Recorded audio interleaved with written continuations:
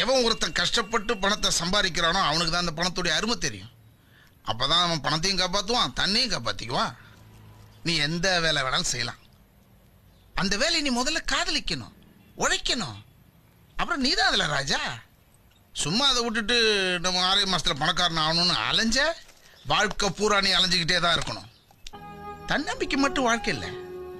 நம்ம பிறக்கிற பிறப்பு, நம்ம அப்பா அம்மா வளர்ப்பு, அப்புறம் நம்ம படிப்பு, பணம், ஃப்ரெண்ட்ஸு, அப்புறம் நம்ம அறிவு கூர்மை, சந்தர்ப்பம், இதெல்லாம் சேர்ந்து தான் வாழ்க்கை. வாழ்க்கைன்றது 1000 கால் மண்டபம், ஒரே கல்ல கட்ட முடியாது. அப்படியே நம்ம எல்லாம் உழைச்சி இதெல்லாம் சேர்ந்து வந்து வாழ்க்கை கிடைக்கலனா கூட நம்ம பிள்ளைங்க அனுபவிச்சுட்டு போறாங்க.